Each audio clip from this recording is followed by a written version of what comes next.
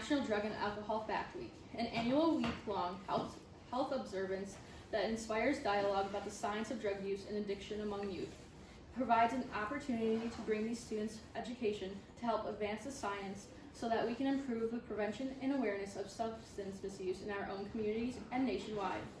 It was launched in 2010 by scientists at the National Institute of Drug Abuse, NIDA, to stimulate educational events in communities so teens can learn what science has taught us about drug use and addiction. In honor of National Drug Week and Drug and Alcohol Fact Week this year, March 22nd through March 28th, we are going to play Drug Fact Challenge. Drug Fact Challenge! Drug Facts Challenge is based on scientific findings developed by the National Institute on Drug Abuse. The questions and answers are based on the NIDA for Teens Drug Facts pages listed below. Brain and addiction, marijuana, prescription drugs, tobacco, nicotine, e-cigarettes, and inhalants.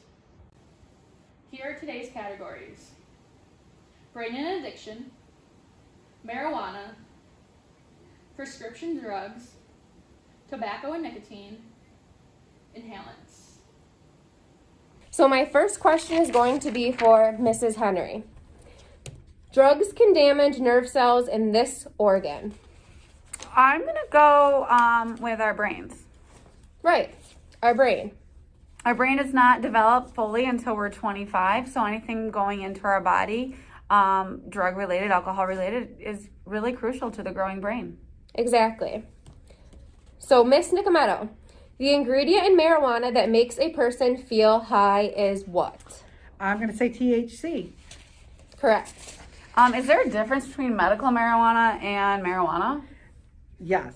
So the component in marijuana is the THC, which gets the individual high. In medical marijuana, it's completely different. There is no THC in medical marijuana. There is a component called CBD, which is used for that medicinal reason. So there is a difference there. Right. So, Mrs. Henry, where do teens mostly get the prescription drugs that they misuse? That is a really good question. I'm going to go with maybe friends or relatives because I think sometimes there is not enough awareness in regards to that. What worked for me might not work for you. Right. And we also have to make sure that we have a treatment plan between myself and my doctor and so forth. Because if we're using from friends or relatives without the doctor's treatment plan, that could be dangerous. Mm-hmm. Yes, because absolutely. There's a lot of things that go into it. Body weight, size, are there other medications that somebody may be taking? So It is important just to take medication that is prescribed by our doctors. Absolutely. Miss Nicometto, the type of tobacco absorbed through mouth tissues is what? I'm going to go with what is smokeless tobacco. Correct. Which is still dangerous, just as regular smoking cigarettes could cause lung damage. This could damage maybe the mouth and cancer in the mouth and so forth. Correct. Mrs. Henry, the addictive chemical in tobacco is what? Nicotine. And nicotine is actually the most addictive drug there is. Mm-hmm. And could somebody be addicted from just one-time use? Correct. Yes. Yes. Absolutely. Yeah. So it's very important to not even start. Yep. And I hope that all of the 7th graders remember everything that we talked about nicotine in the health classes last week. Okay.